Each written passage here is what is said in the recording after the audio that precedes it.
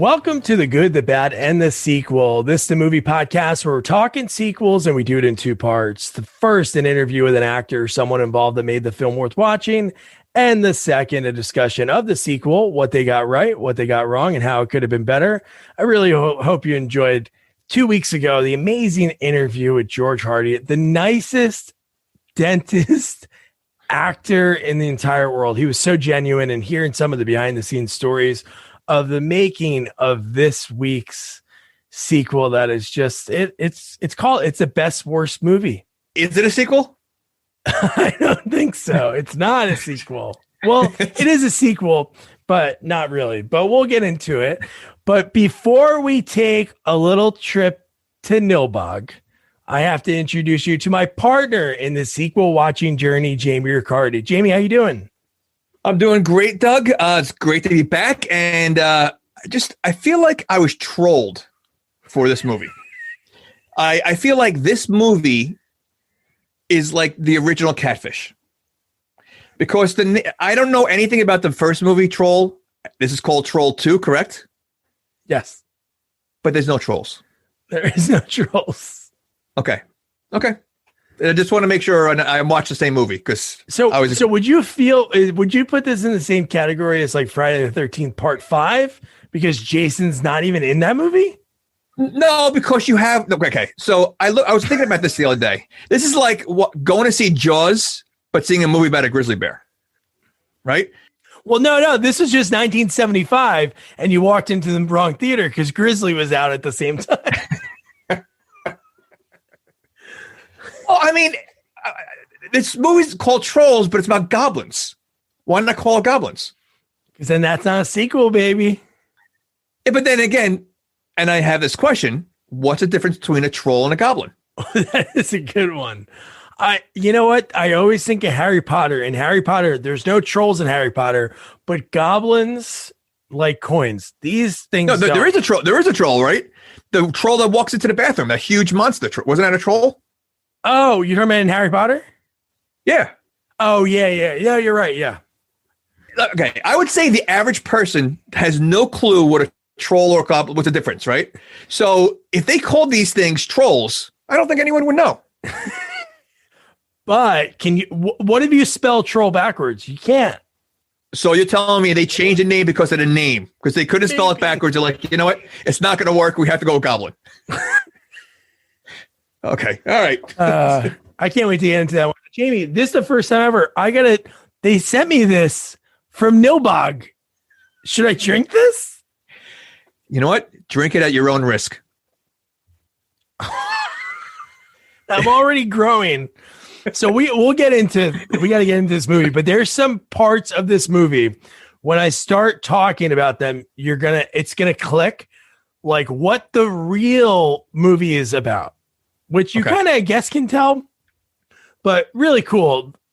So I'm not gonna critique it the way I normally would have.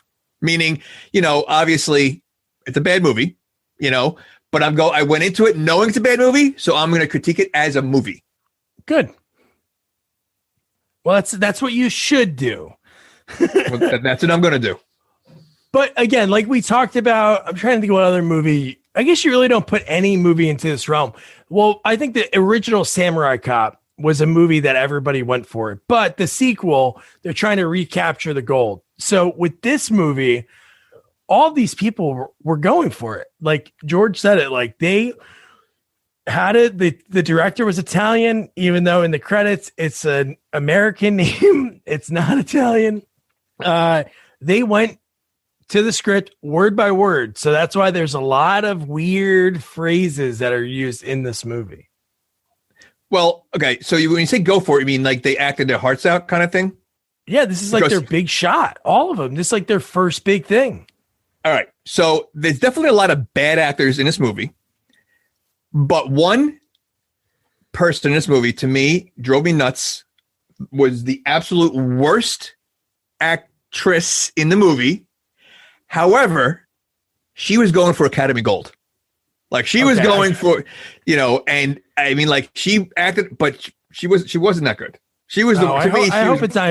We'll get when we get to there, that person. All right. Now, does anything about this movie, anything at all with the first movie? Like, is the grandfather in the first movie? Is there no? So there's nothing at all. Nothing. If you see the troll, if you ever search like Trolls 2 gifts, sometimes the other troll shows up, like the real troll, because these are goblins. And yeah, they could have used him maybe in this movie, but yeah. Okay. All right. But yeah, so you've never seen this movie. I saw this a bunch on HBO when I was a kid. I remember it being on, and I always remember the one scene with Nilbog, which we'll get into later, but it's something. So let's talk about it. So it's so cool. We've obviously covered, it's got to be almost the 60th sequel that we've done. And I don't know, is this one of our first MGM Lion beginnings? It's crazy that MGM, because this movie was so popular, took it to distribute it.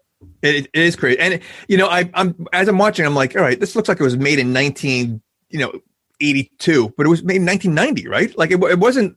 Yeah, like 91, I think, or 92. But it looks like it's so much older. Like I couldn't believe it. But yeah, I mean, to be back like that, I was very surprised. I was surprised. It looks like a indie low budget, B movie, which it is.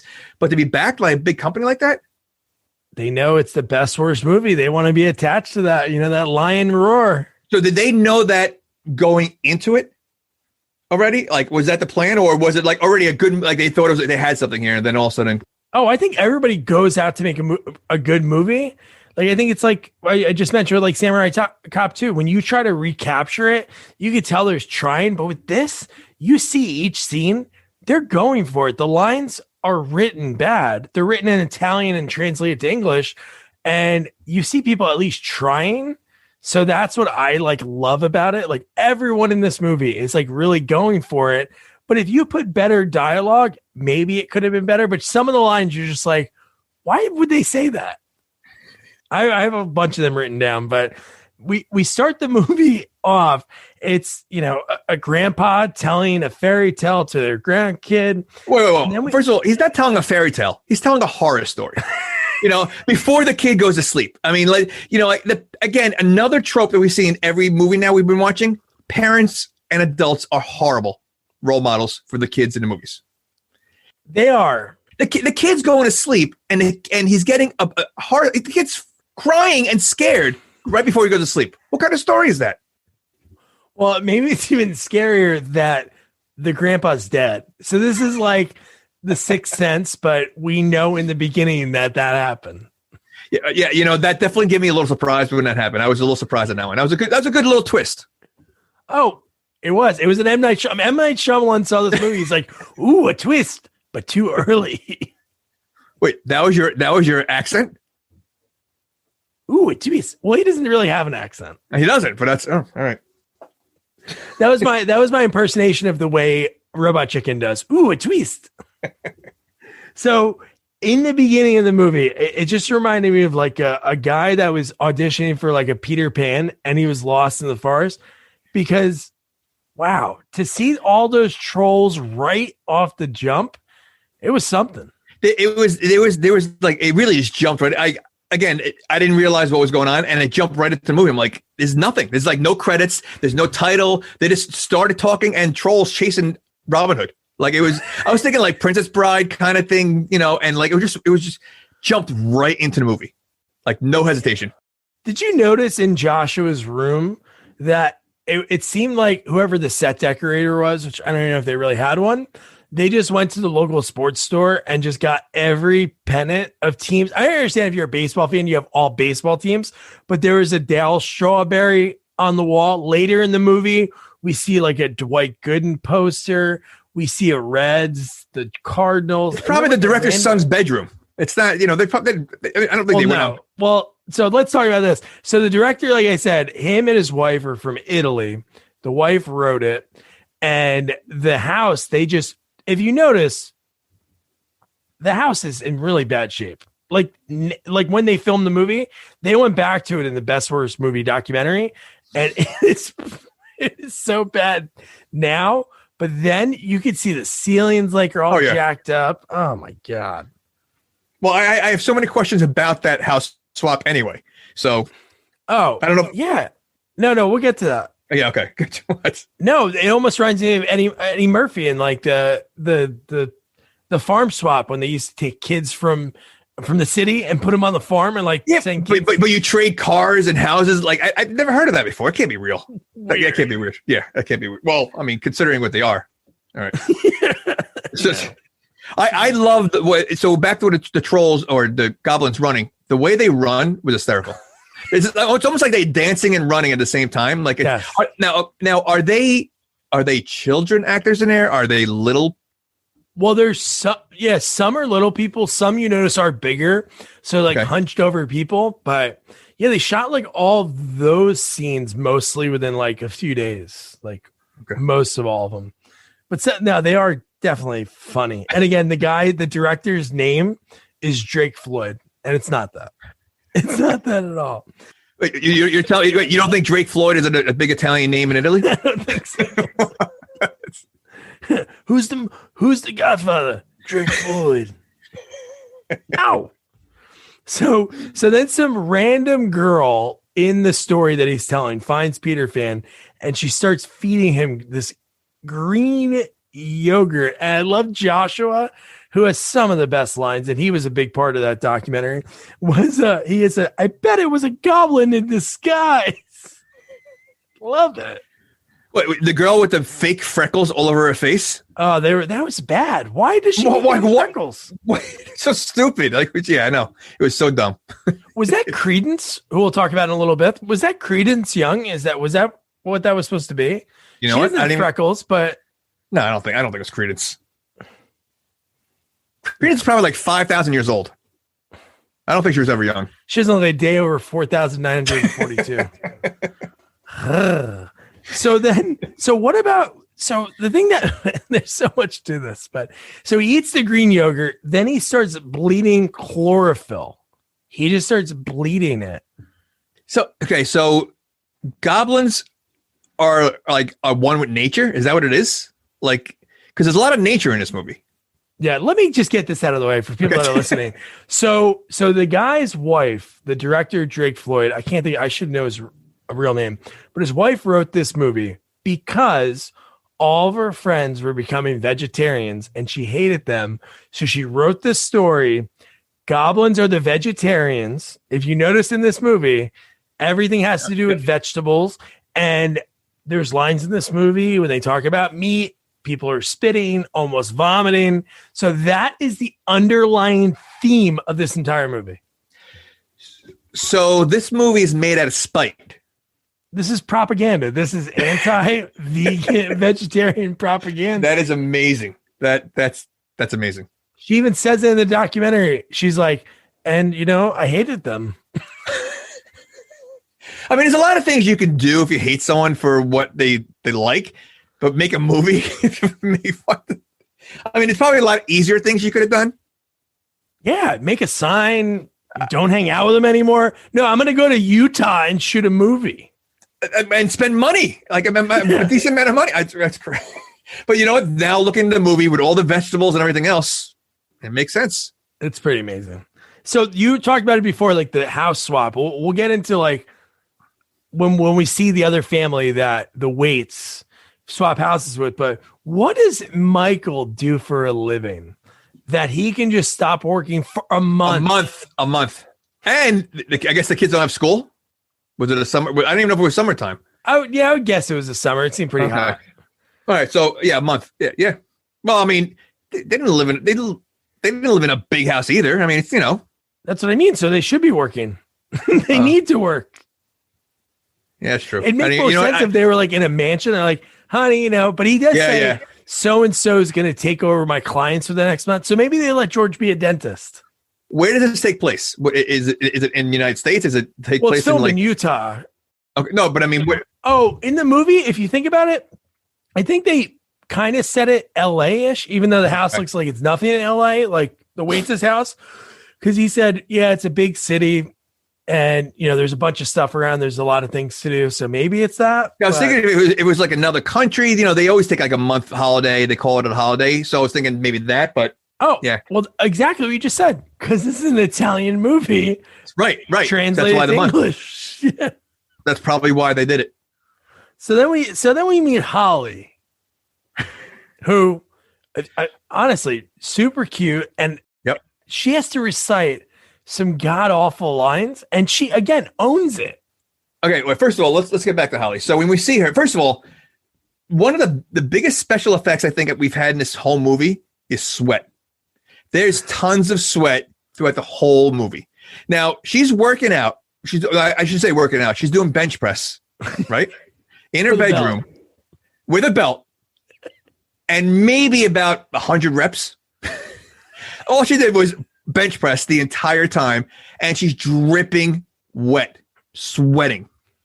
Who does that late at night? And it looks like it almost looked like it was a plastic bar. Like it looked like one of those toy like big kid things. And she's wearing a full Flashdance, outfit, whatever. Yeah, and then well, maybe Michael likes to keep the house hot. I don't know, but why would Grandpa's telling the kid a horror story just before bed, and she's working out like that just before bed? She's gonna sleep in her own sweat? Come on. The whole movie, every single person is dripping wet constantly. Yeah. So I love the first time that we see George Hardy, who's playing Michael, did the matching pajamas, top and bottom, his outfits in this movie. And he provided these outfits. All these actors brought their own stuff. I was going to say, I can see him wearing that all the time. Yeah. I feel like the way he is totally the way he was. But even the kid though, the kid's wearing a collar shirt. How old is he? Like 8? He's wearing a collar shirt the whole movie. Who does that? Well, in Munchie, the kid wore a baseball uniform for a weekend, so maybe. Well, you know what? Think about it. Okay. So, how many days does this movie take place? In movie world? In movie world? Oh man, it must be they only slept one night at the house, so 2 days. All right, so 2 days. So they didn't change clothes in 2 days and then eat for 2 days. They had hunger pains. That was I laughed out loud at one line. One line. Well, there's more. There's a couple other lines that we'll talk about. But there was one that my daughter and I looked at each other and we started laughing. So wouldn't this raise a red flag? Would you ever want to go on vacation? Like, to me, maybe there's somebody listening that says, Doug, I just sit on the lake. I just want to live in a town with 26 people. That's frightening. Yeah, but it's like going in a cabin in the woods or something like that, away from everybody. I mean, it's a little different, it's a more quieter pace. I think, again, obviously they know the kid is a little disturbed. He keeps seeing his grandfather, so I think it was more just to get away. The whole swapping, fine. I could see it as like an Airbnb, but they also traded cars.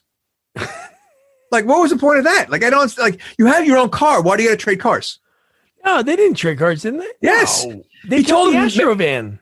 No, didn't he tell him the car has the TV or something? He was saying something. No, I'm almost positive. No, he was talking about he goes, our house has all the appliances. We got a TV, we got a microwave, we got a refrigerator. No, because that creepy family left in the pickup truck because the kid, we'll talk about it now, the kid sat in the back of the pickup truck and threw the baseball.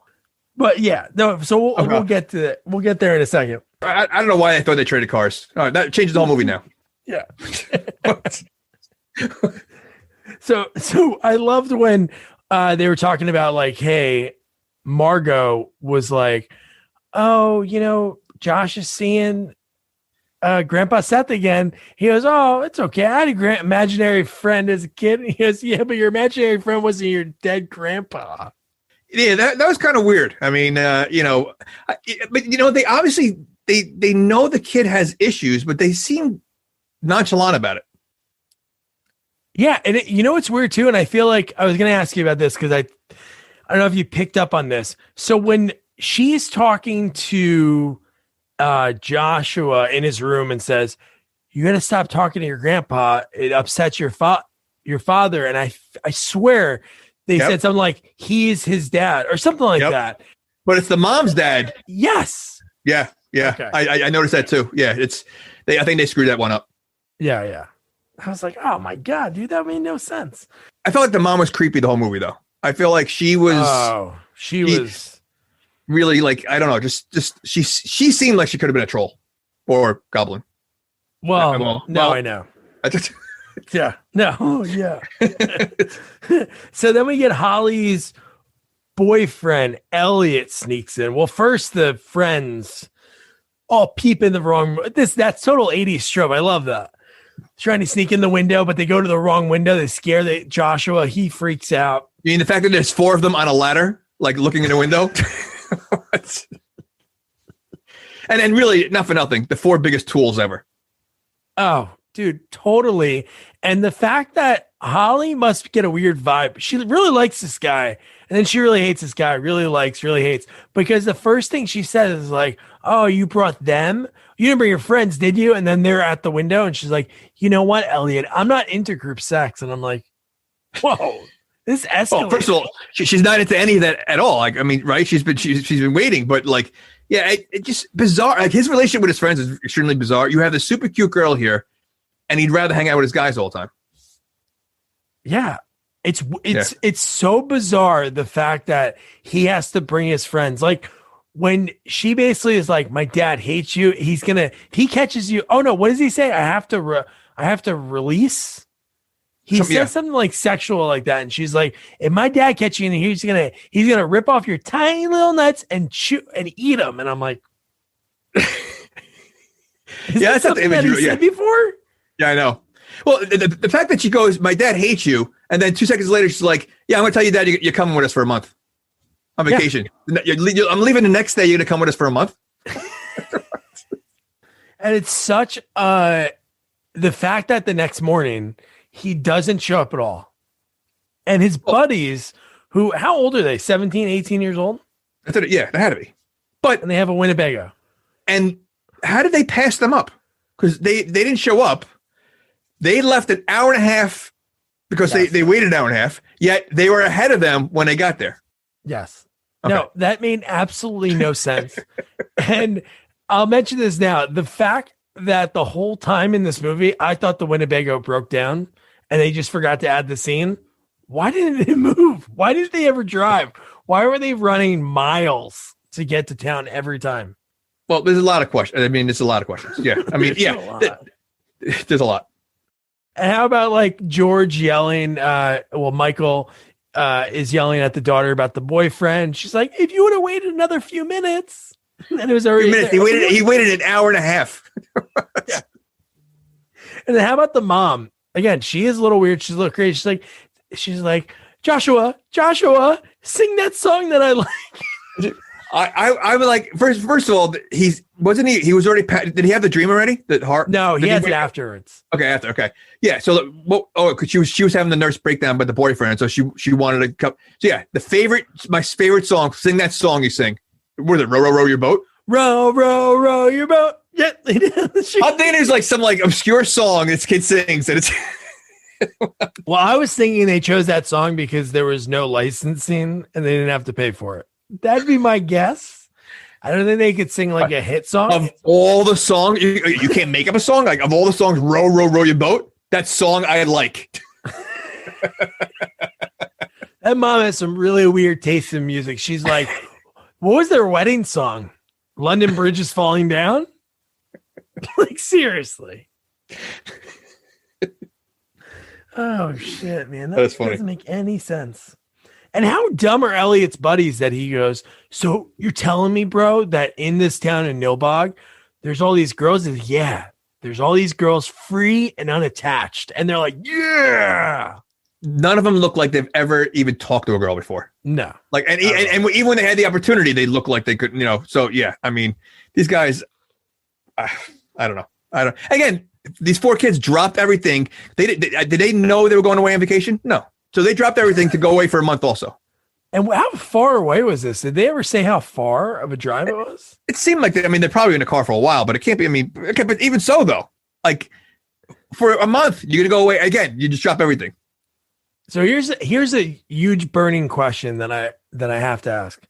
How did they choose the Waits family to be involved in this whole exchange? Like, really? Did he? Well, because you have only 26 people in town. They have a family of 4. So I guess you had to make it even swap. But how did they pick them out of all the family 6 hours away? Oh, well, that's the town that does a swap.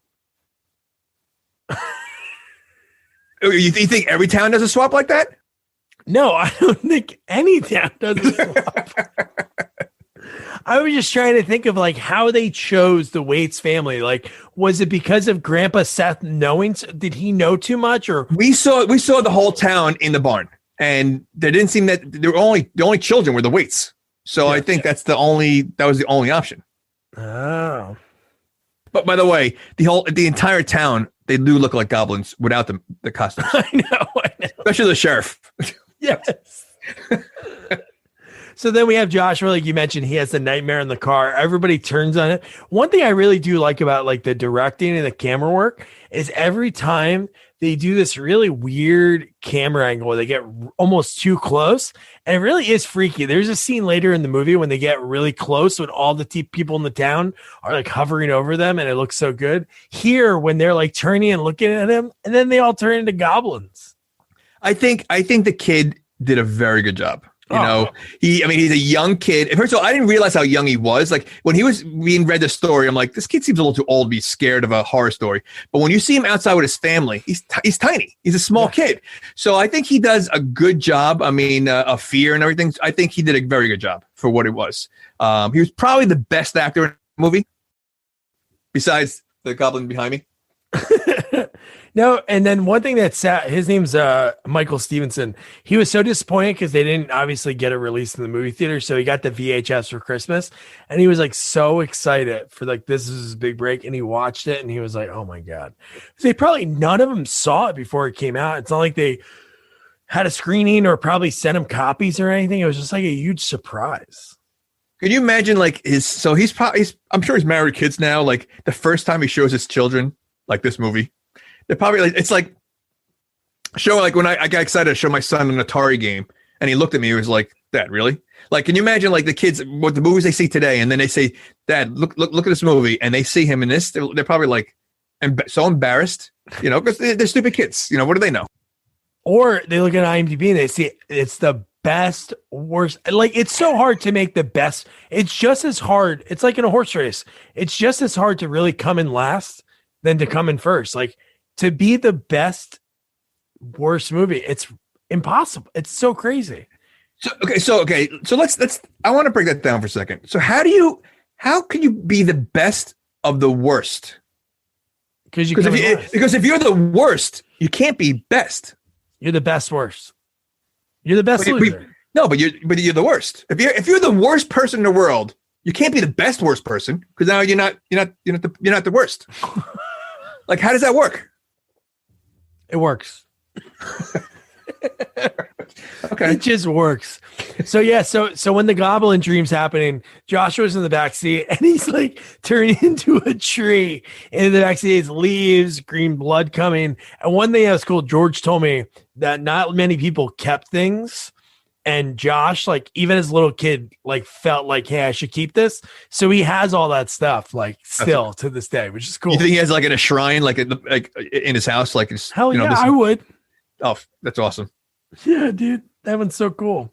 So then we see Grandpa Seth, who is one of my favorite. I love him in this movie. I think he's so good because he is going for it. Like every line that he utters, but when he's the hitchhiker and the kids, could you imagine if your son or daughter said, Dad, pull over? Would you really stop? Again, this is about the bad adulting. He basically ran away from his family multiple times. They haven't noticed half the times. Now they clearly see that's not his grandfather, and they allow him to run to a stranger on the side of a road who's hitchhiking. How bad parenting is that? It's horrible.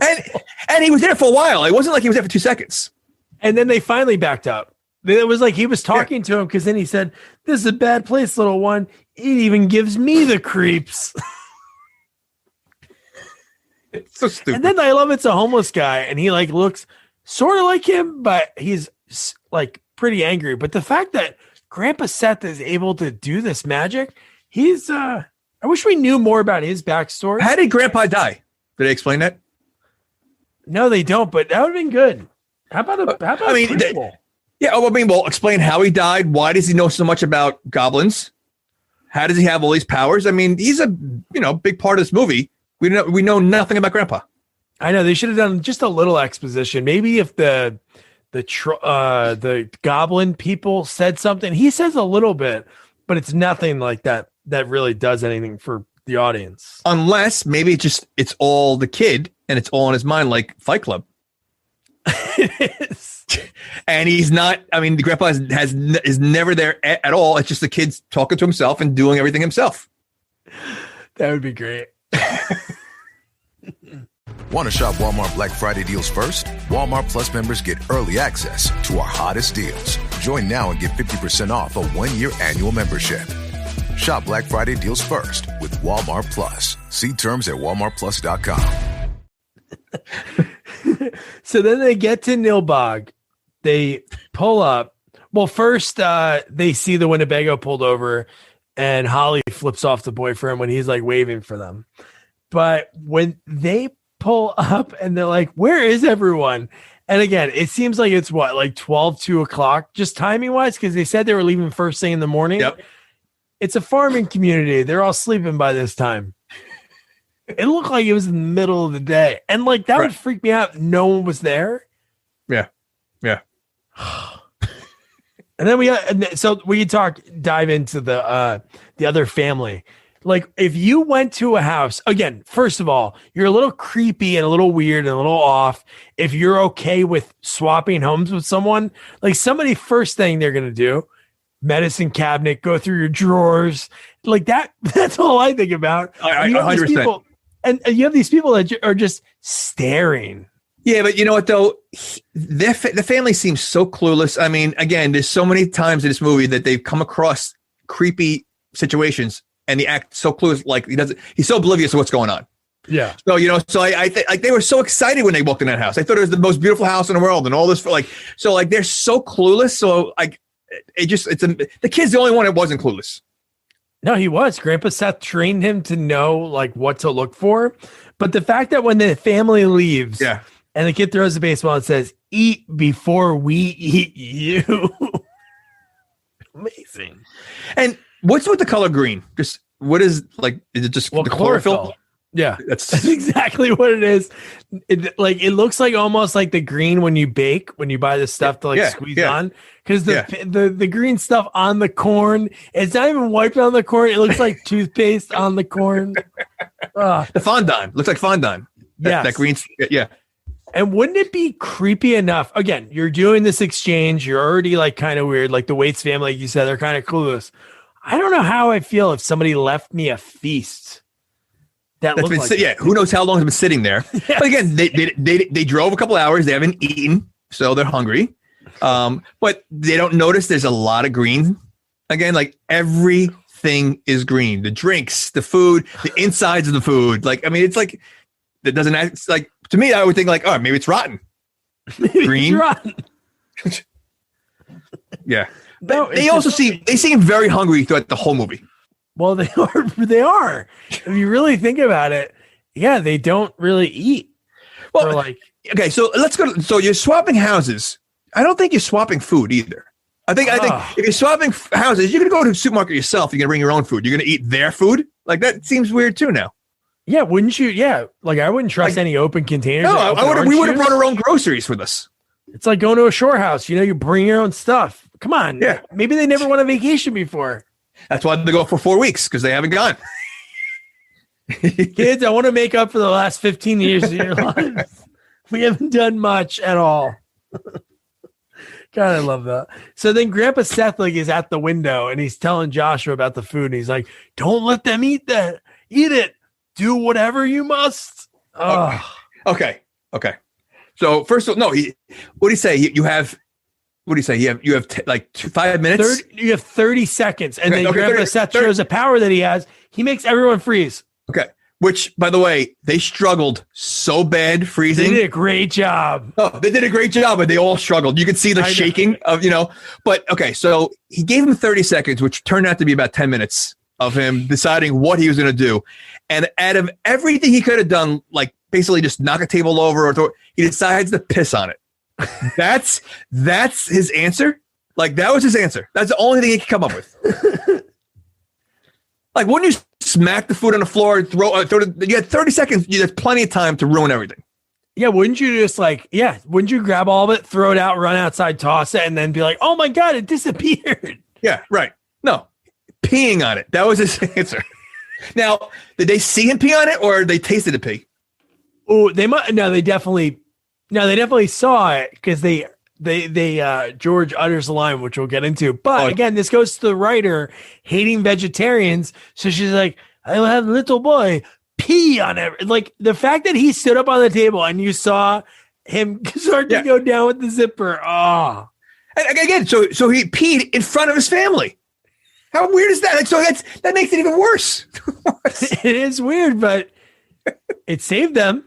So, and the fact that when they're throwing all the plates out and stuff, they're like talking about how soggy and smelly the food is. Oh my God. So clearly you have a kid here who's talking to his dead grandfather and now pissing on the table when they're eating.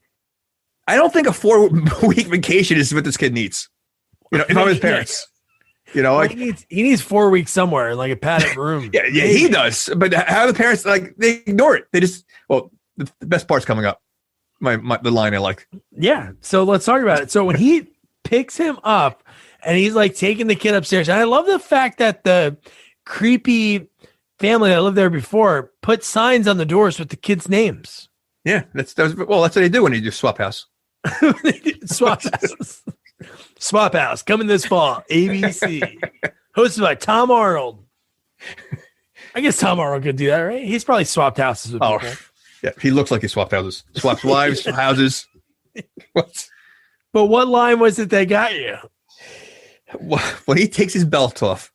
Oh no! When he started messing with his belt, and the kid's like, you could see fear in his kids, and then the kid's like, "Dad, what are you gonna do?" Did he say? And he goes, "I'm gonna tighten my belt so I don't feel this huge hunger pain or something." What did he say? Yeah, I'm gonna tighten my belt one belt loop so I don't feel hunger pains. And your mom and your sister have to do that too.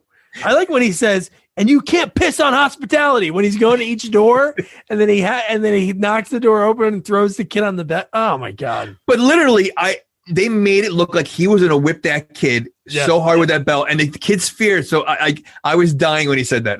We laughed out loud. It was pretty funny. Oh, I love that whole part. That's so great. And one thing that's cool is after he leaves, when the kid's looking around the room, some really cool on the walls. Again, the goblins that we see later don't look like it, but the cool goblin artwork that we see on the wall there. Then I think it's at the general store later in the movie. Like, again, these swap house people, wouldn't they want it to be like a surprise? Why would they just leave those photos up? Oh, because I don't know. You want a challenge? It's a family portrait. The goblins. It is. It's a family portrait.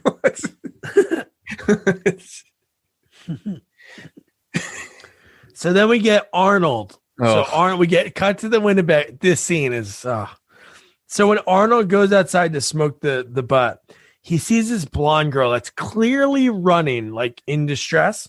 And the first thing he thinks is, let me run, chase her, and tackle her to the ground. She's screaming. Her clothes are all disheveled, and look like she might even have some blood on her. Yeah, and he's yeah. That's again. He's probably the first girl he's seen. They probably go to old boys school.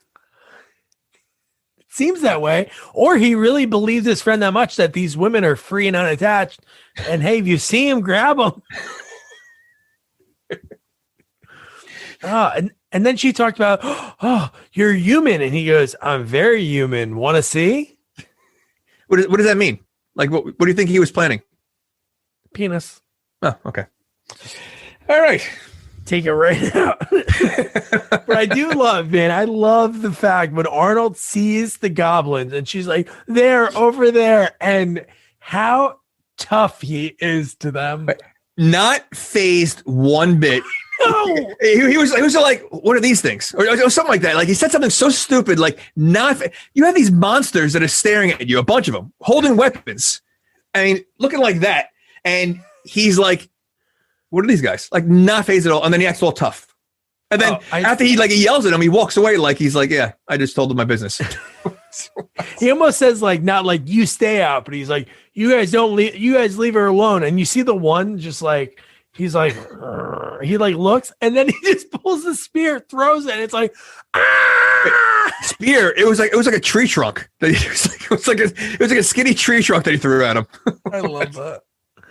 Everything about that is so great. And then they rip it off and then they run to an old church looking place. But red flag, if I walk into a church, what I think is a church, and I see a bed with red sheets on it and there's just like plants everywhere, why would you even continue? Or bottles that smoke coming out of it, or like, I mean, like there was, it looked like a laboratory, like it looked like a seance or something. Like, yeah, I mean, there was a lot of bottles of smoke in that throughout the whole movie. One, yes, actually, they even do a zoom in on it. There's like a 30-second zoom in of watching the smoke pile out. What do you think's in that stuff? Well, it could be the Fountain of Youth that we see later, but it's got to be some kind of goblin. Maybe it helps the goblin with, like the one behind you. We're on video and Jamie on Zoom, he has the goblin and it has really bad baggage. So maybe it helps get rid of that. A little of that, a little ice cube. Maybe it's a little aroma. Cause I mean, I'm assuming goblins smell. Well, that's not it. What if a goblin's listening? They should start using deodorant.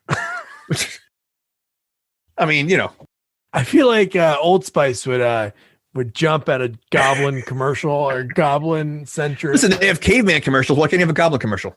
They should, you know. Jeez, get on it. So then we see Deborah Reed as Credence. No. Dude, she brought it home. She wanted to win that Academy Award. Yes. She wanted that trophy so bad. She acted her ass off in this role. Unfortunately, I think she should be finding another career because she's not. I didn't think in this movie. It was almost like she was doing a play. Like it was like she was at an off-Broadway play, and that's how she was acting. It was almost like her voice again, like you kind of mentioned before when we made the joke about like her being really old. She was speaking like she hasn't seen people really, and she's from 5,000 years ago, because just the way she enunciates it. Yeah, but she was just so old. Like it literally, like you could see like the actors in this movie really trying to act. I feel like when she was acting though, it didn't fit the way the other ones were acting. Like I feel like she was so over the top. Like it felt like I was watching a play, because obviously it was a low budget kind of look to it. Yeah, but when she was on screen, it looked like she was like on a Broadway play, and that's how she was acting. I couldn't take her too much, but she brought it as much as she could. So oh hell yeah, she worked the hardest, but she was the worst.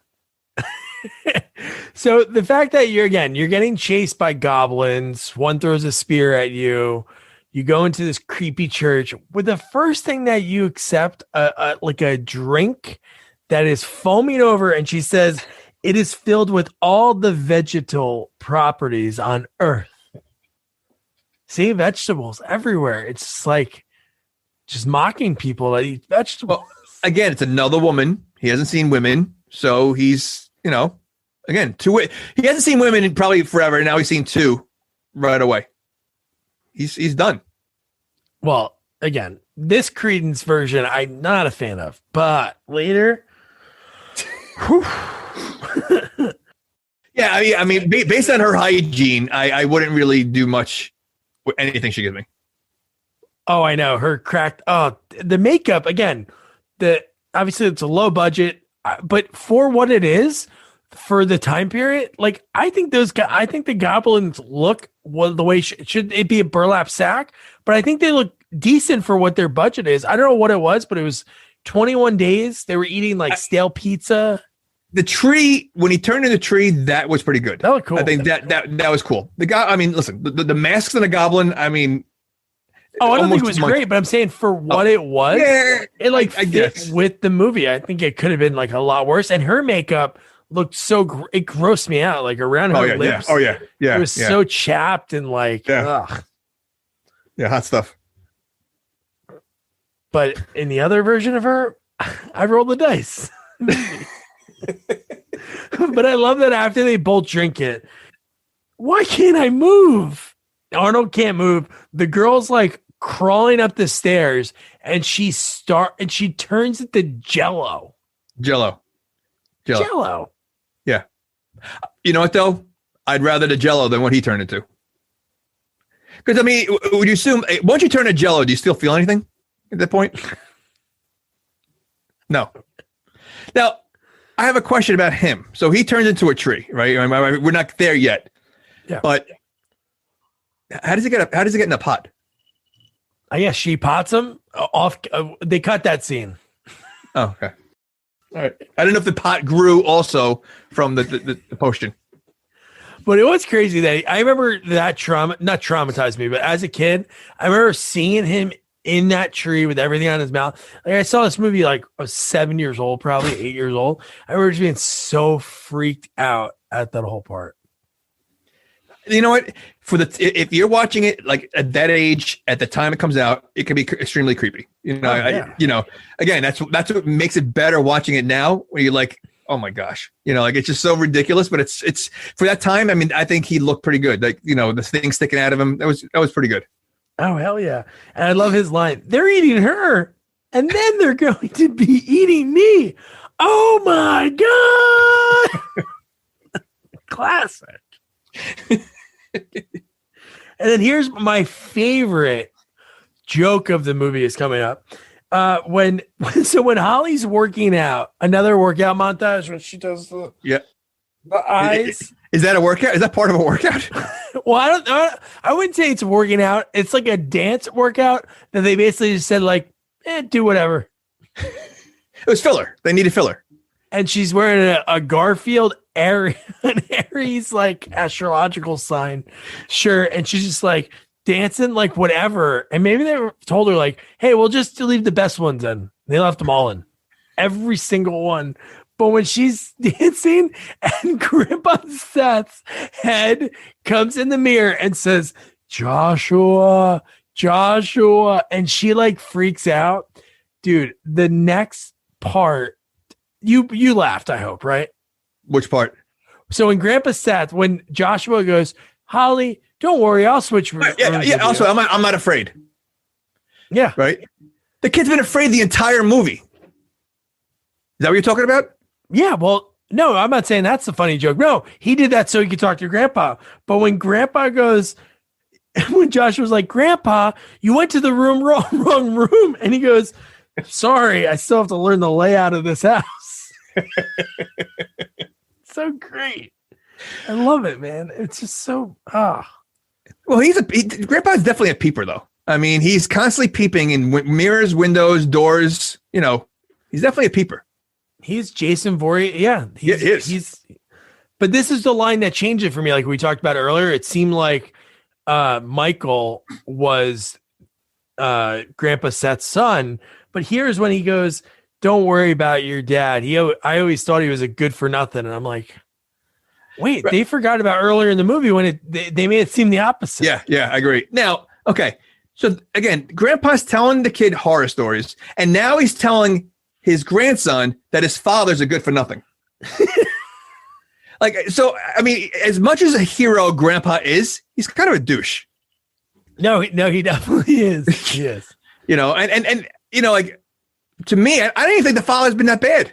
I feel like the mom's, a good for nothing. Like the father's the only one really doing anything. Yeah, his kid pissed on his food. Yeah, and he didn't beat him. I'm not advocating beating your kid, but I don't know if pissed on your food in front of you, and your father does nothing. And he just tightens his pants. That's a pretty nice father. Oh my god! So then we get one of the buddies he wakes up. I think this is Jason Stedman, Drew. He gets up and he's like, man, there's no food. He's like, I want coffee and milk. And I think he said something else, but he's like, I'm going to go. And he starts like jogging to go get food. Tons of sweat again. Yeah. Now again, you made the point before. They're not broken down, are they? Or they are broken down? No, they're not. Okay. So why not drive there? They have a car. It made no sense because it looked like he was running for a long time. And Did he have any clue there was a store anybody? Because he was on a highway. Like there was nothing nearby at all. No, they had no clue that where anything was because they pulled there first. It's not like, because we wouldn't have saw them if it was like they went through the town beforehand. Yeah. But then how about this? I just saw the sheriff's name. Do you know what his name is? I think that's his real name in the movie. No, I know. Gene Freak. Gene Freak. I love that. This scene reminded me of First Blood. It was. Again, if somebody picks me up a cop, hey, maybe I'll get. I don't even know if I would get in, but then he offers me a sandwich with green meat on it, maybe. And you're just gonna take a sandwich from the that whole It makes no sense. He's like, "Are you hungry?" He's like, "Yeah, sir," and he like eats this freaking green sandwich. And, do you even ask what it is? Like, I mean, have you ever seen a green meat? Like, I mean, or green anything like in a sandwich? Like what would be green? Like that? Like it looked like a burger, look like a green burger or something. Like I don't know what it was. Even if somebody gave me a sandwich that had meat on it, I'd be like, "Hey, what the hell is this? I'm not gonna just eat a sandwich, Jim." Yeah. Oh, damn! You're not just gonna eat it. It was human flesh. Damn it! I almost got you. You trickster, you Hannibal Lecter. So I love that when he drops over at the general store, again, red flag, you get out of a car and everyone, it's like a small town bar. When you get in there and everyone's staring at you, oh my God, I would just run. All men, no women. Yeah, nope. And very few women in town. Very few. And the pause, like they not even just staring, they weren't moving. Would you even walk in there? Like I would go so far away at that point. Yeah. Like, all right, you know what? I don't need anything. Like that was just, And again, they all look creepy too. Oh yeah. They look like if you said, "Hey, a goblin as a person," what do they look like? Those people. Exactly. So here's a little behind the scenes thing. And again, this isn't like, I don't want to make light of this. So the guy had some mental issues in real life. He was like in a mental institution in Utah. Which one? Who played the general store clerk. Oh, okay. So I don't even know what else he was in. I don't know if it was just local stuff, but he said to his agent, because he was able to leave the mental place that he was well enough to be able to leave on the weekends. He told his agent, "Hey, I want to start acting." And she's like, "Well, I have an audition for you. If you get it, you don't have to pay me a fee." So he auditioned for this role. He came back, nothing. So then they called him and said, "Hey, you got the role," because the guy we wanted, didn't show up. But dude, this guy is so freaky looking and the way he acts. Wait a second. So you're telling me you have all those extras. You couldn't take one of those guys that were in the front that was standing there to be you had to get someone that was in a mental hospital to be the actor? Yeah, I don't know. He said it was like a mental institution. Okay. You had 16 extras outside staring at this kid. You couldn't use one of them? You're like, how? Like, why would they? Unless they not? I guess they didn't pay him. Then did he do it for free? No, he got paid. He just didn't pay his agent a fee. But I don't know. Nobody could have nailed it like he did. When the kid goes, "Do you have any? Do you have eggs?" And he goes, "Yuck." And his face when you first see him peering through the back, dude, he's scary, man. Was there anything in that store besides milk? No, that's all it was Nilbog milk. Okay. Lumpy milk. Oh, when the mom earlier pours it out. That was gross. Yeah, that was gross. Even the green stuff grossed me out. Like seeing that, it was like green's that color. I don't know if it was blue. Maybe I'd be like, man, I'll give it a shot. Green. I wonder if they got. Was it? What show was that? I can't do that on television. The slime. It looked like slime. The whole oh yeah, it did. Yeah, the whole movie. So how about when he comes out again? He has this weird interaction with this guy that he's like, "Do you have bacon?" Ugh, bacon. He goes, "You drink milk, Nilbog milk." And then when he goes outside, these random guys that just stared at him before said, "Hey, go find your buddy Arnold." He said and meet him at the old church that is a house. That's what they said. And he okay, I know where that. What? He doesn't know where that is. Right. Yeah. First of all, why would he know Arnold? how would he know? And then where would he know where the church is? But he finds it. Yeah. So well, again, it is a town of only 26 people. So how big is a town really? No, that is true. I guess they could be like, hey, if anybody else comes, that's probably my friend Drew, And one funny thing is Drew throughout this movie, he has a logo on his shirt for a lot of it. And then he lost it. So he told the director, like, hey, do you have another one of those shirts? Can you have somebody go get it? And they're like, no. So he had to go out and buy his own yellow shirt. It didn't have a logo on it. So there's like, within like scenes of the movie, he has the shirt and then no That's awesome. logo on the shirt. That's funny. This is great. So then he goes to find Arnold. Arnold turns into a tree. And here's another funny thing. The director didn't like the actor that played Arnold, Darren Ewing, because he complained a lot because he was standing in that thing for hours upon hours. So if you notice, he has like this mouthpiece that was like so he made the mouthpiece so shut he him up. Couldn't complain. Yeah. That's awesome. That is amazing. That is amazing. Like unbelievable. That is amazing. That's awesome. So then really right from there, nothing happens in that scene, right? Does Credence show up yet? He takes the thing off his mouth, right? Is that? And he starts dragging him, but he doesn't have the energy. But he starts talking normal. As soon as he takes it off, it's like everything's okay. Yeah. Like, first of all, I'm assuming that grew like all over his face and everything else. Like, I would think that like peeling it off is like peeling his part of his body off at this point. But it was only like they made it look like it was just like a little mask, but like that should have been part of his body. Everything else part of his body. No, that's true. Like if a bigger budget, he would have probably had no lips. Yeah.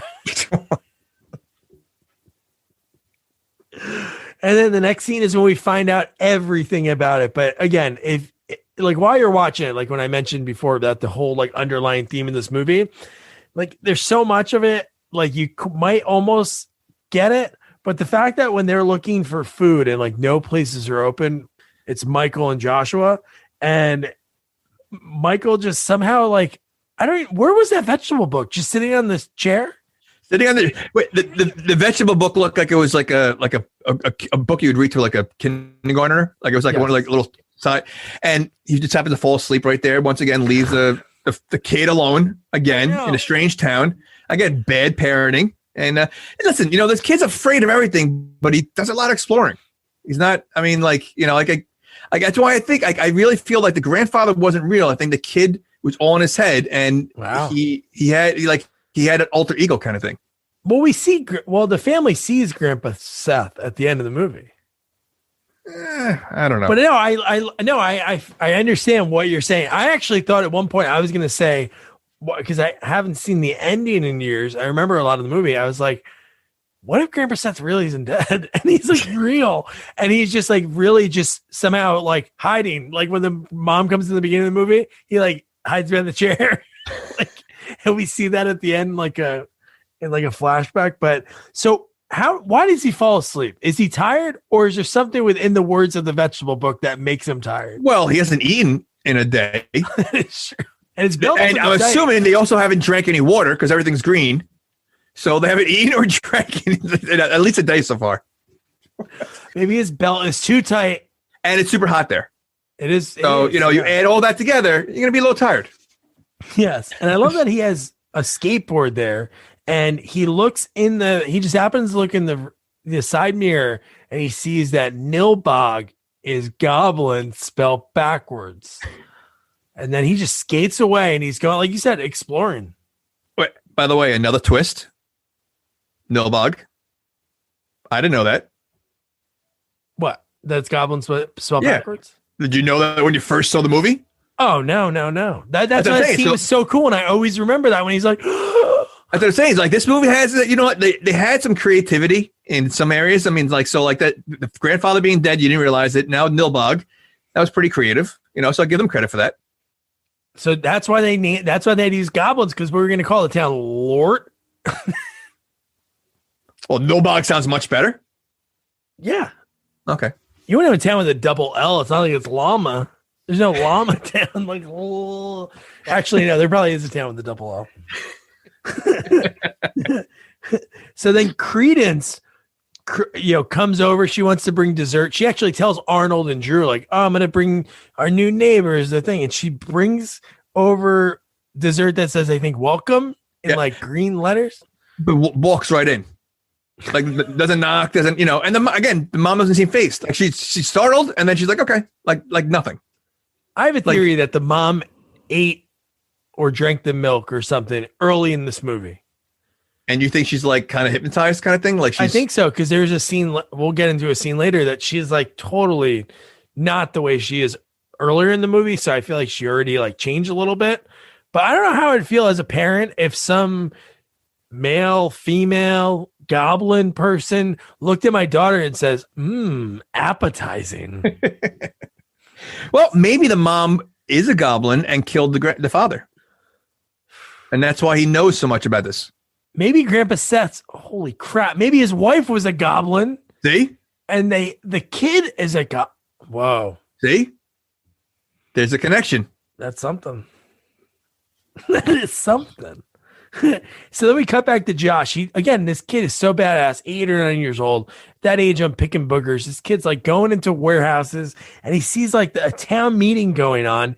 He climbs up and he notices the family that they exchange with is there.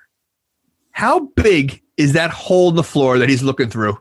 Because he literally, like, it was a small, when he moved that wood, there literally was a huge hole that everybody could see him.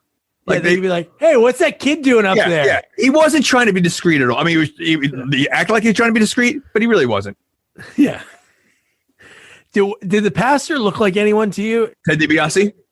Oh, he did look like that. Kane Hodder, the guy that plays Jason. Yeah. Best of the Best too. I was pitching some kind of wrestler or something. He just seemed like an old like wrestler. Yeah. And he had the voice, the way he had the scout. Yeah. Kids, kids are sinners. Like, but again, there were no females. Like, where are all the women though? Like, I mean, the only woman there is, I think there's an old woman and the family. Right. That's it. So like, well, then again, like, is Credence, I guess she's so she, like, how do goblins mate if there's no women? I don't know. And she's there's no girl goblins when we don't see boobs, right? Well, she's a girl. She is as a person, but as a goblin, she looks just like all the other ones. That's true. What? Goblins don't even have boobs. They don't? Well, they can't have babies. There's no kids there. So what do you need boobs for?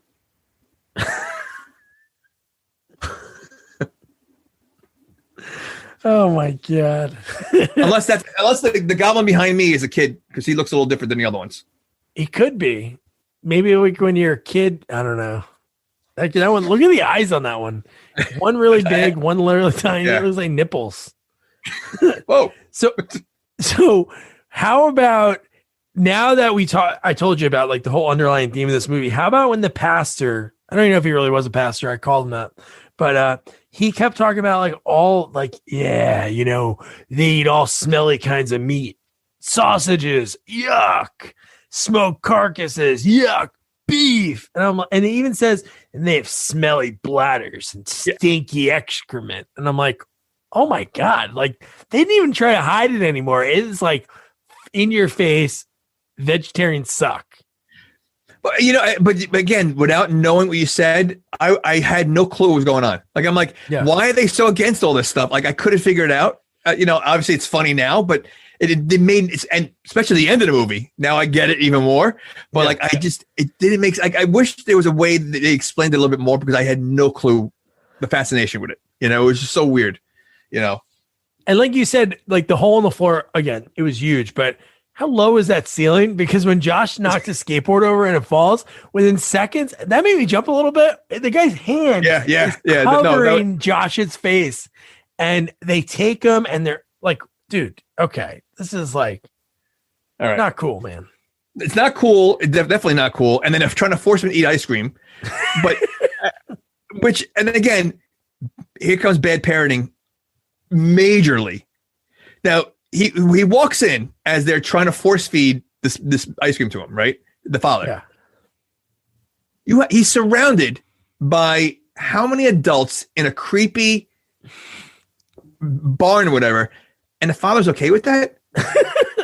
He was so okay with that. Like he he didn't flip. Like imagine that. Like your son is like and he's screaming, you know, and why was he okay? Like because they started talking normal. Like I don't know. That seemed very like. Yeah, at first I thought that he was just trying to do it because he's like, oh, I'm outnumbered. I'm in this town of 26 people. It'd be 26 on one. He had a normal conversation with them. No, I know that. I thought he was just doing that to get out of there. But then on the next scene, he like totally like disregards his son. He's like, oh, come on, Josh. They're just being nice. And it's like, what? They were trying to force feed your kid green stuff. I don't know. Yeah, I know. Jesus Christ. And they start partying with him. So it's like they so clueless, it's ridiculous. Yeah. No, it was absolutely insane. And then the fact that they turned into goblins too. And just when Michael arrived, when he woke up from his vegetable cookbook nap, he wakes up and he sees them and they quickly like turn back so he didn't see like what they were. Ugh. Oh, we didn't talk about this earlier, but how about Elliot? Him and his buddy are sleeping in the same bed together. Again, all boys school. That's fine. Yeah, which is fine. But when Holly shows up, she remembers where he's at. She must have walked there, yes.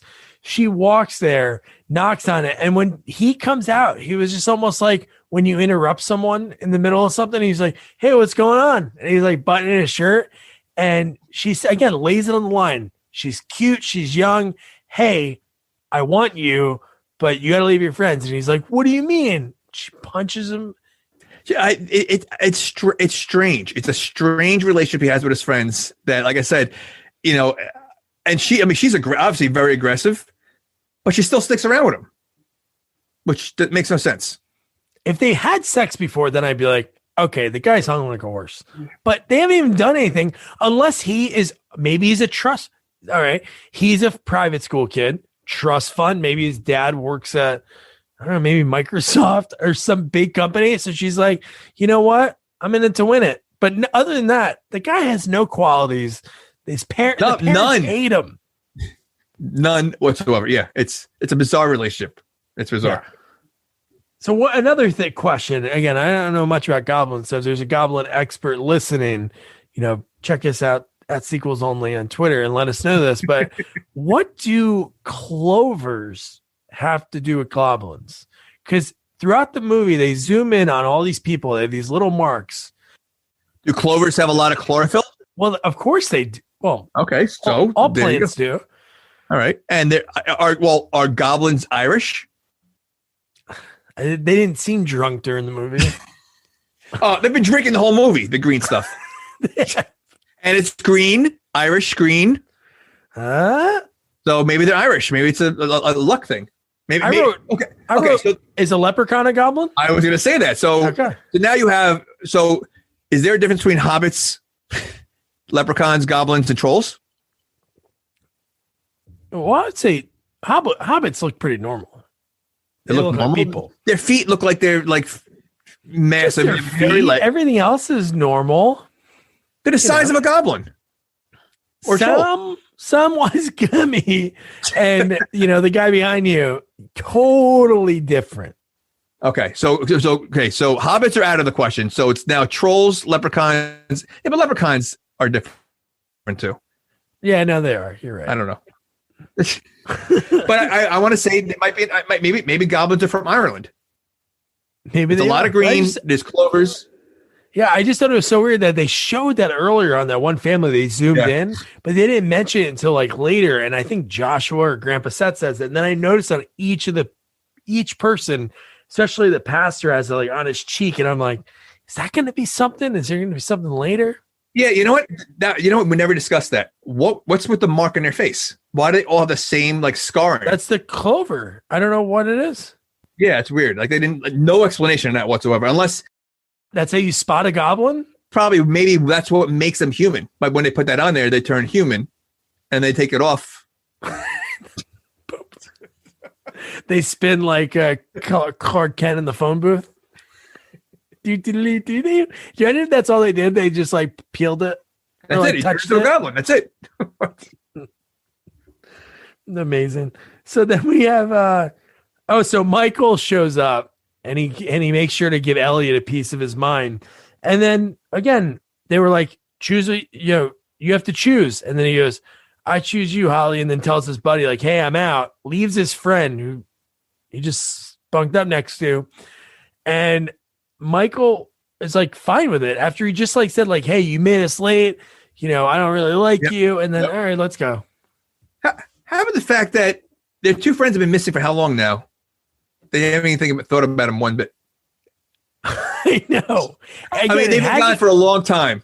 Yeah. I'm trying to think in movie time, how long has it really been?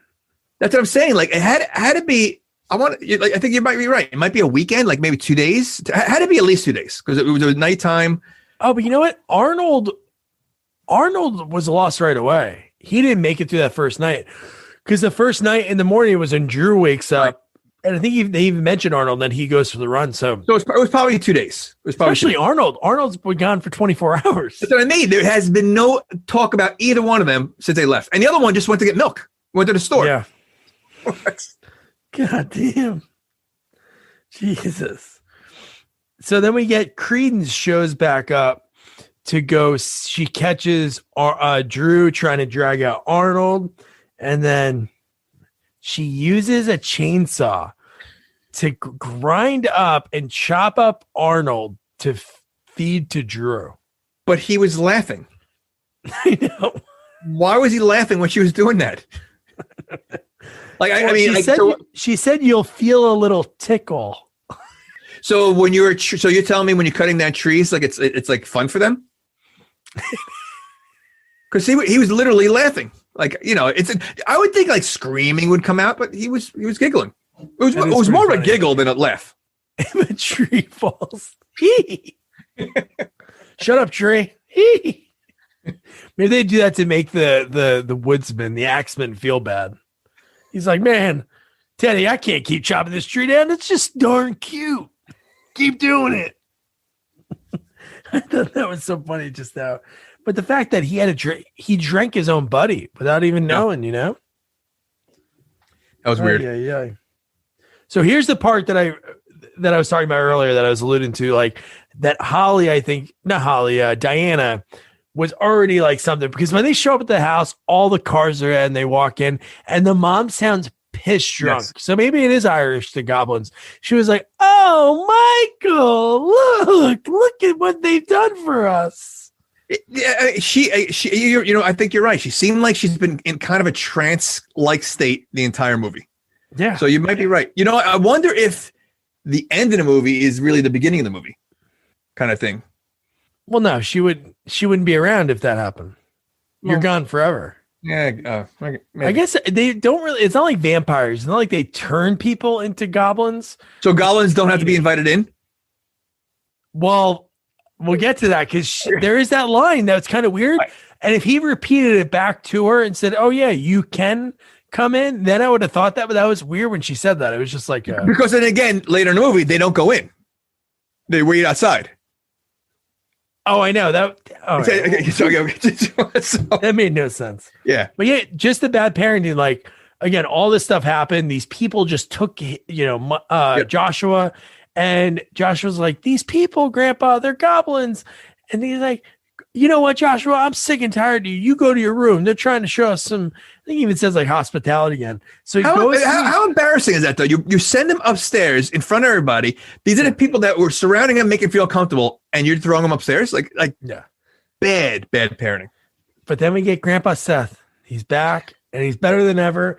The fact that he goes to the kid, he saves the kid because Credence flies through the mirror when he's calling for Grandpa Seth, and Grandpa Seth has that axe and chops the friggin' hand up of the goblin. I love that. Where does Grandpa get all this stuff? Because he also has a knapsack that he gives the kid. He's magical. Okay. Honestly, they needed some kind of backstory of Grandpa. Something. Just explain something.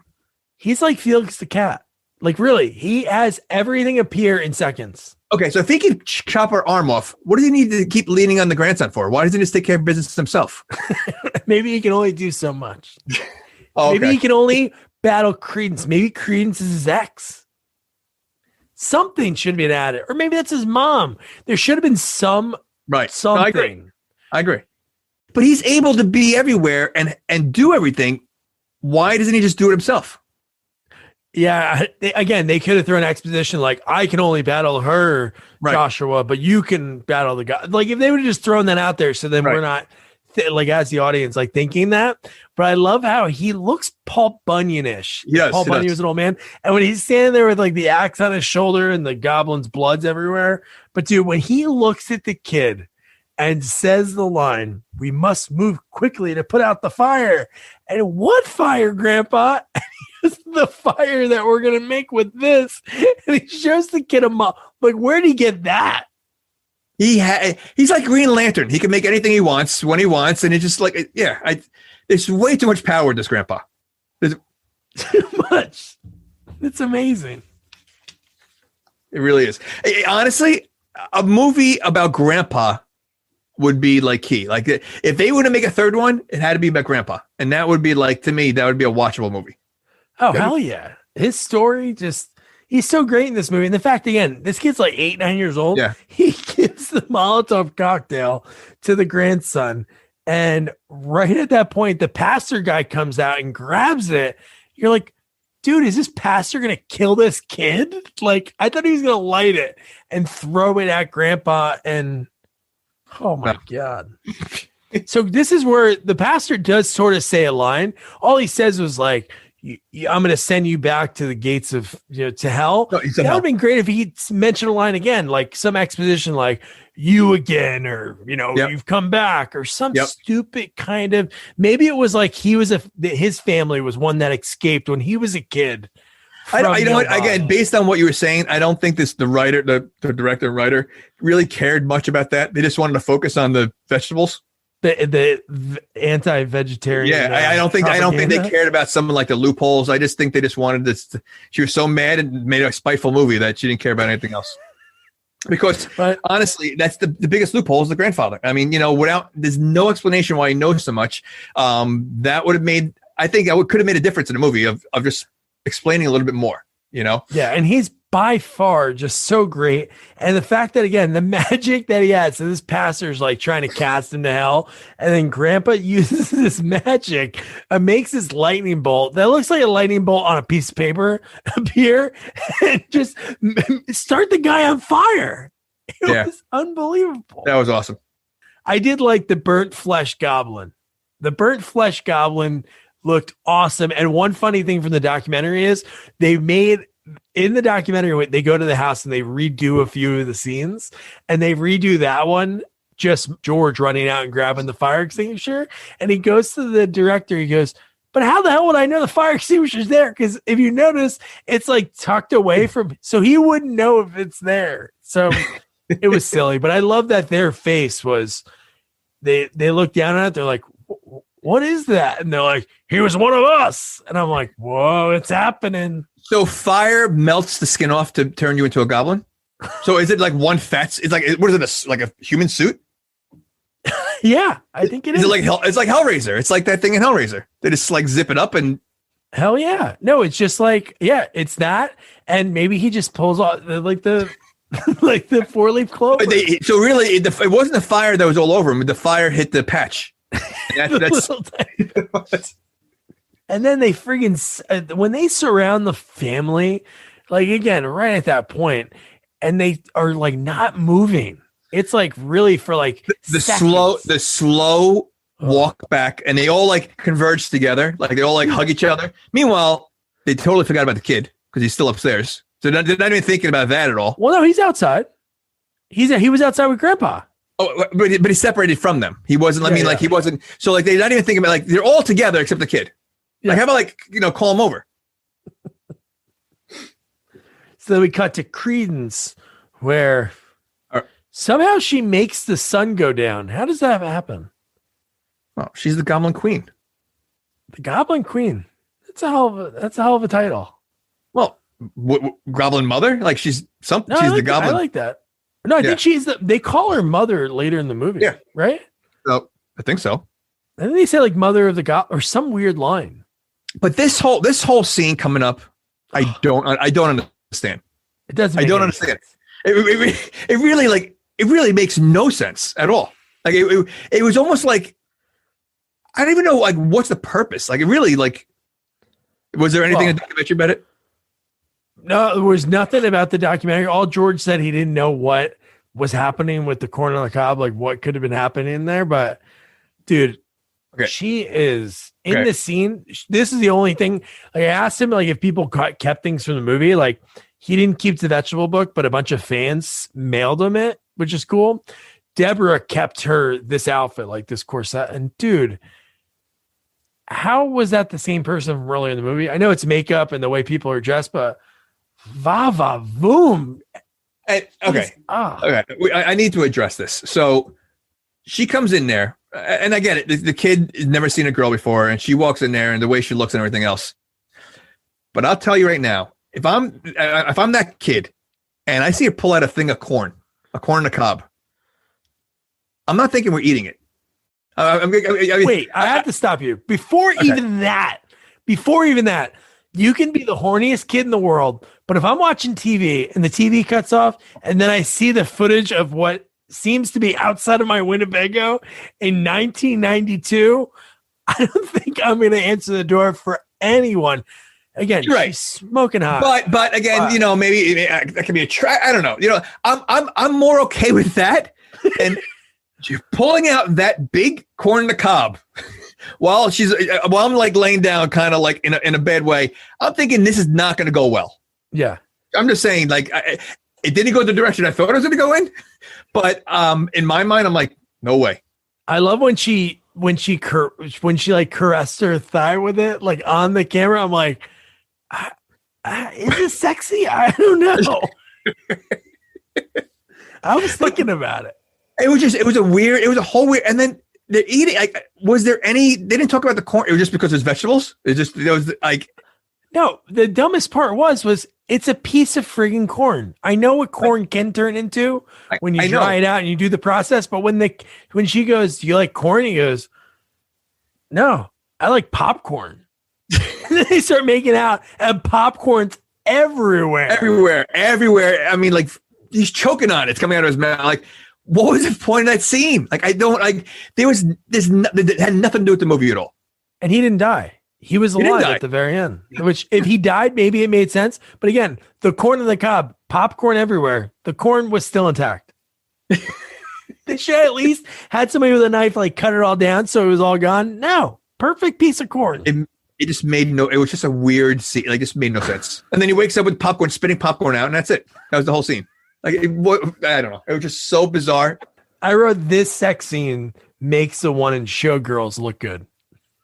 I don't know. The pool scene in Showgirls is a little, mechanical bull.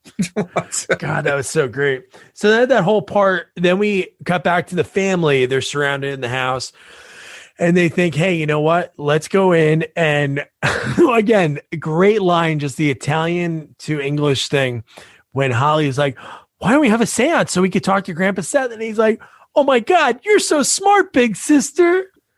So stupid. But how about the grandpa? Not the grandpa, the sheriff, when he holds up the bag and he's like, there are sandwiches in here. So eat them. Make it easier.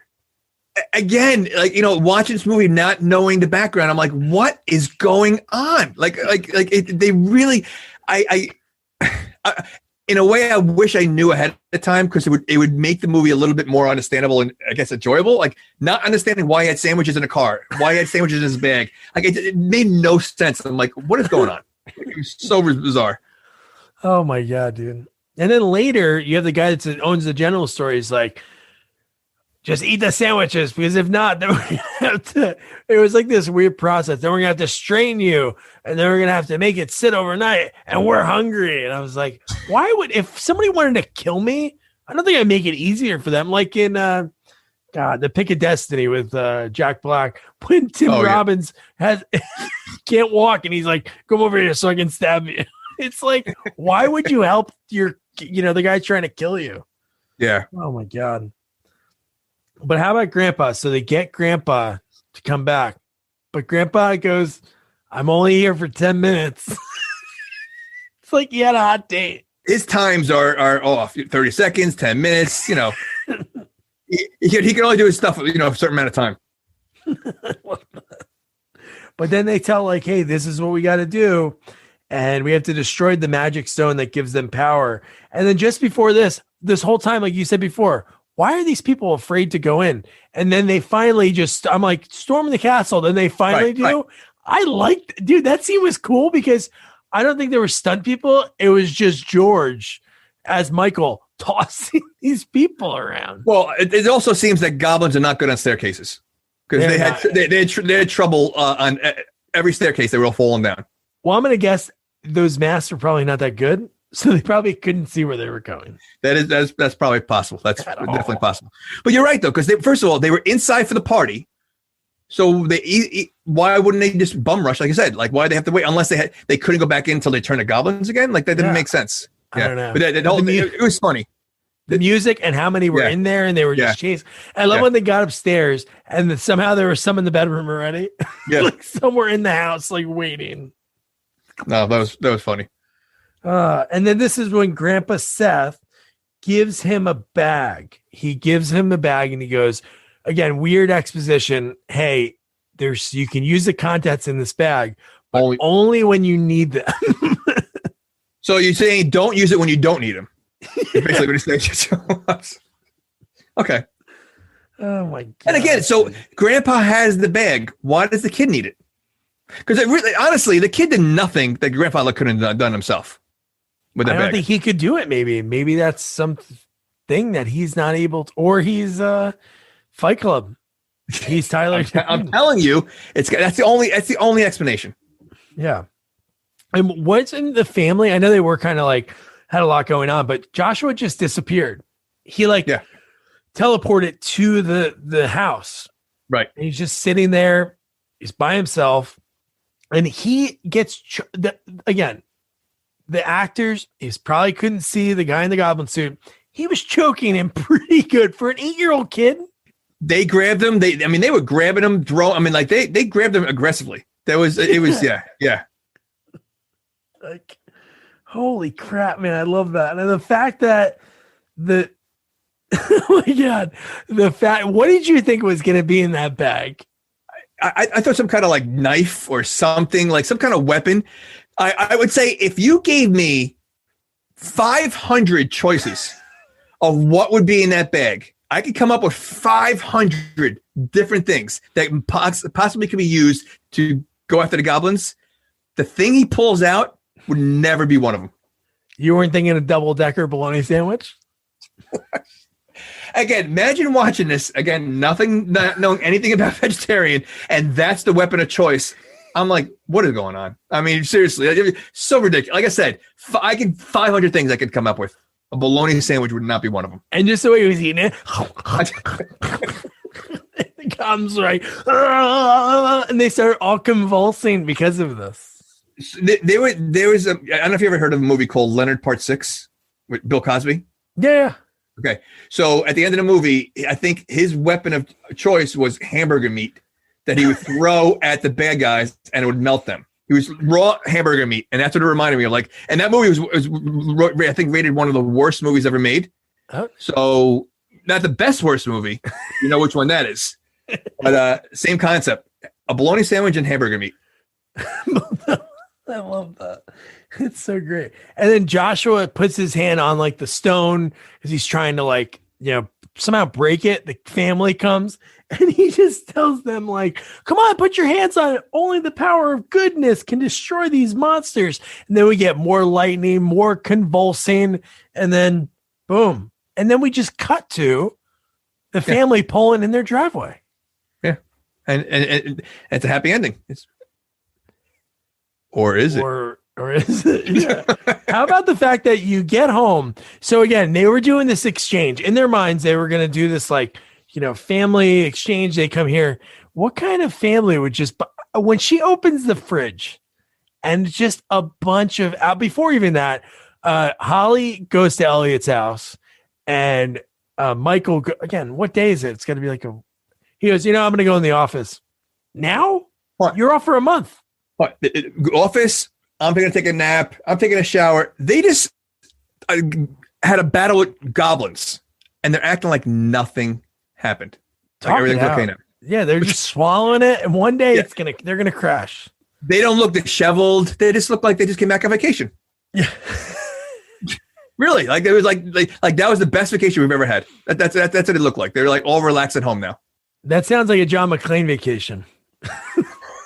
You go on vacation, kill some goblins, have a little party. But no, just the fact that everybody leaves and then they go in the house and all that's in there for this family they thought was going to come live in their home for a month was apples. A lot of apples. Yeah. It was just insane. And then back to, I don't want to but you know what, but think about it this way. They're house swapping with the other family. This is the first time they've done it. The other family had a feast. They only left apples. That is true. So they don't know what they're doing.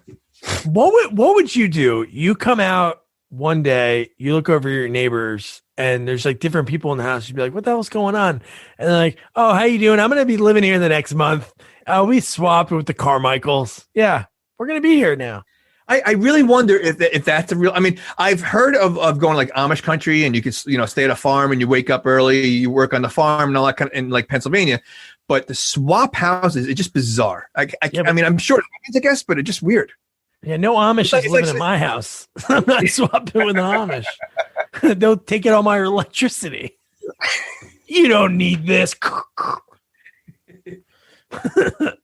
So then they're eating the apples. Josh goes to his room. The mom says she's going to take a hot shower. Well, don't forget, the apple is the first thing they've eaten in 3 days. Yeah. Again, I don't think earlier in the movie when like the kid ate the green meat sandwich in the sheriff's car, again, he started sweating right away, but I don't know if those apples were tainted. It's not like we saw anything so I think she ate something earlier. But anyway. You know what? Oh, you just made me think of something. So how about the fact that they're missing 3 other kids that never got addressed? I mean, they all came home. The boyfriend came home. The friends are still missing. Holy shit! Yeah, I just like when the first thing Elliot says, when Holly's like, "I just want to lay down," and Elliot's like, "Dude, I gotta go talk to Arnold's dad." This is a guy that couldn't leave his friends for anything. They've been missing for 2 days. He just forgot about him. Like I just thought of that. What if this was his plan? He didn't know how to break up with his friends to be with this girl. He set up the whole family swap and had them killed. There you go. He's a goblin. See? that makes a lot more sense than some of the things that we discussed. That explains everything. We can rewrite the script. Yeah. So then Joshua's in his room. He starts hearing these weird, like mouthy sounds coming from the hallway. Then he finds a baseball that says, "Mommy is so good." And the shower just before that was like covered in green. And then he walks in and he just sees his mom getting devoured by these goblins. How did they get there? Did they follow him? Where's the father and daughter? Is that the father and daughter? No, there was like 6 or 7 of them. I thought they all died. They were all convulsing.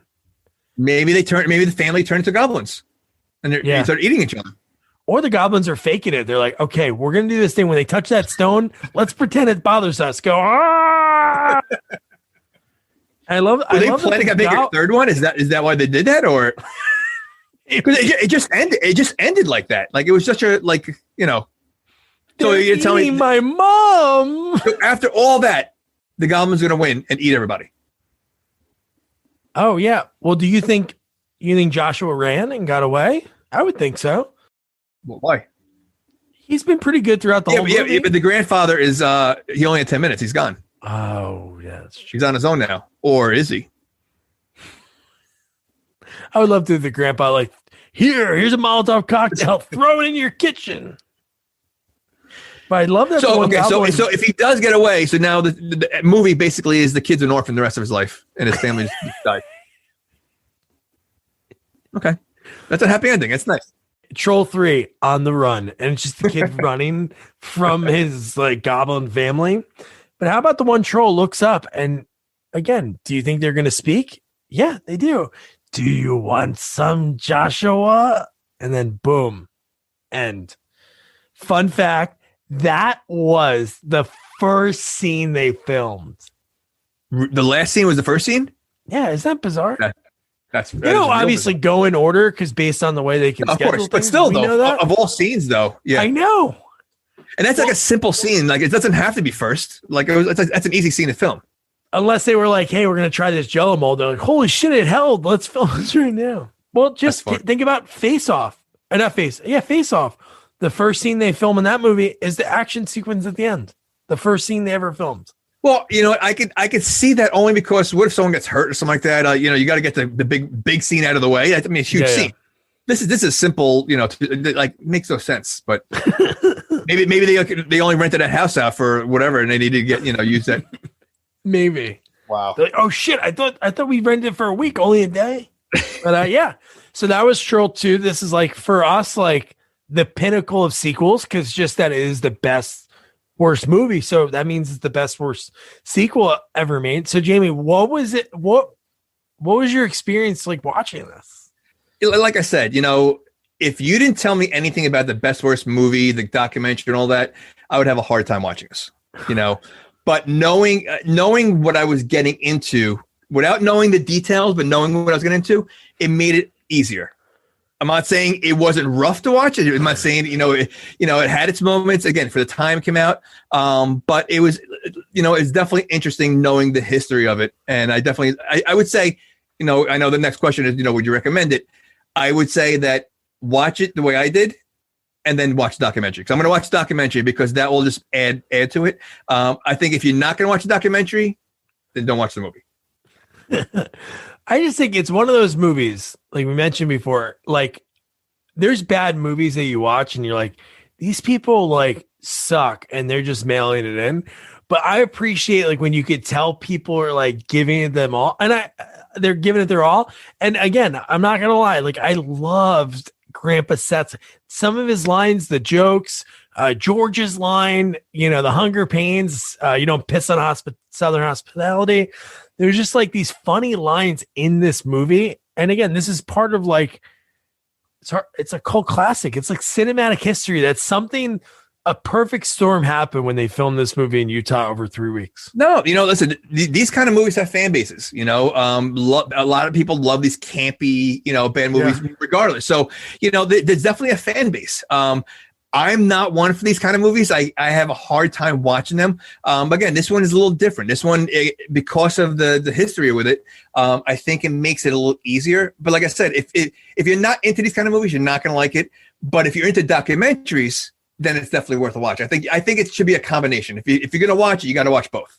No, you got to watch it. And they're both Troll 2, HBO Max, I mentioned before, and on Tubi, the best worst movie is free. So that is Troll 2. That we are leaving Nilbog, and our next sequel that we're covering is perfect because it has next in its name. The next Karate Kid, the installment that happened, I think 5 years after Karate Kid Part 3, stars Hilary Swank, Pat Morita, Michael friggin' Ironside, and then next week's guest, Michael Cavalieri, who plays the villain Ned in the movie.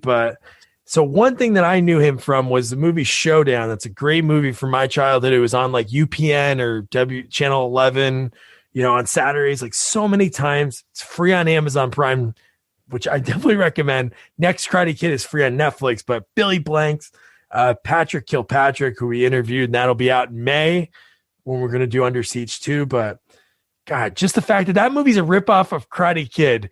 And then the next year, Michael gets this role of a lifetime playing a villain in one of the biggest really karate franchises. There's bigger ones that we're going to be covering ones in the next few months, but this one is like a huge, like everybody knows the Karate Kid.